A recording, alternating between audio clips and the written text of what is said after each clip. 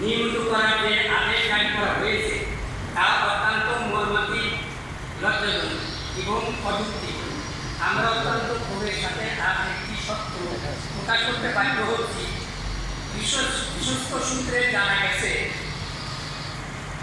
সংশ্লিষ্ট মন্ত্রণালয় চাকরি দেওয়ার ব্যাপারে আমাদের মৌখিকভাবে ডিএসি মহোদয় সাহেবের কাছে বলেছিলেন যে আপনারা 100 জন লোক নিয়োগ দিয়ে 30% লোক আমরা চাকরি দিই। সেই কোন চাকরি সংশ্লিষ্ট মন্ত্রণালয়কে প্রদান না করার ক্ষোভ থেকে বা উদ্দেশ্য প্রণোদিতভাবে আমলাদের এক অংশ এই 50 নিয়োগকরণের বৈষম্যমূলক আদেশ জারি করেছে। আমলাতান্ত্রিক দ্বন্দ্ব, জটিলতা ও ক্ষোভের বলি কেন নিরপরাধ কর্মচারীরা হবে, কেন তাদের জীবন দশায় প্রত্যেকের ভাগ্য নিশ্চিত করে দেওয়া হবে? আইন মানুষের জন্য নাকি মানুষ আইনের? এই প্রশ্ন এগিয়েছে প্রতিটি বঞ্চিত ও বিদায়ের কর্মচারী। এবার আমাদের সুনির্দিষ্ট দাবি সমূহের প্রসঙ্গে আসা যাক।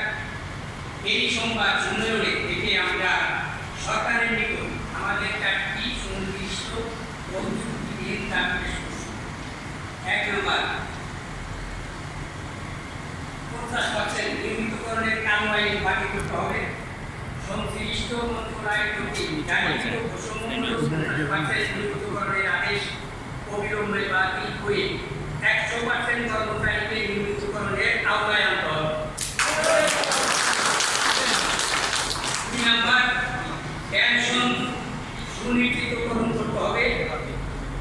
3 বাহিনী প্রধানগণের সম্মতি ও সুপারিশ অনুযায়ী 3 বাহিনীতেই কর্মরত 60 বছর পূর্তিতে অবসরপ্রাপ্ত ও কর্মরত সকল কর্মচারীর পেনশন প্রাপ্তি দ্রুত নিশ্চিত করতে হবে। আদেশ ও নীতিমালার সমতা আনতে হবে। 2002 এবং 2006 সালের আদেশের মধ্যকার সকল বৈষম্য দূর করতে হবে। সমতা ও ন্যায্য বিচারের ভিত্তিতে সকল কর্মচারীকে একই সুযোগ সুবিধা প্রদান করতে হবে। 4, অক্টোবরের পত্রে বাস্তবায়ন করতে হবে।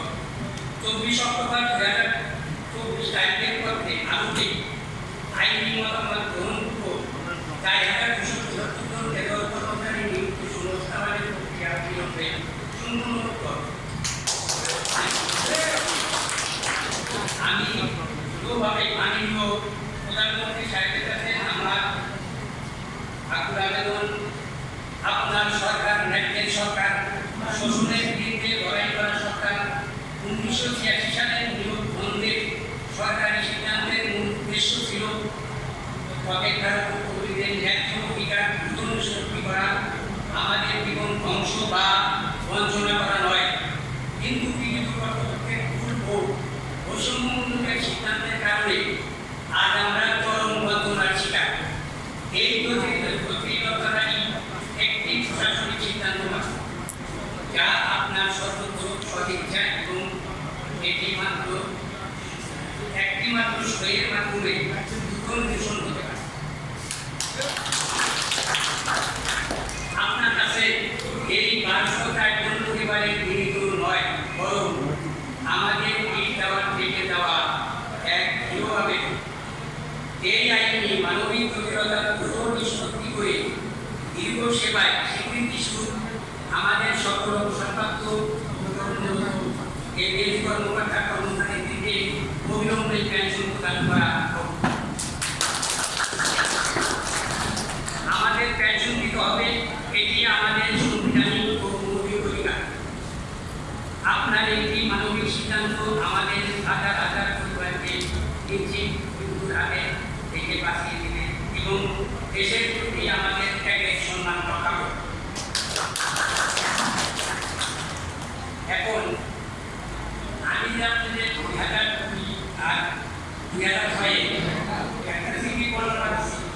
সেই চিঠিতে আপনার উল্লেখ আছে যে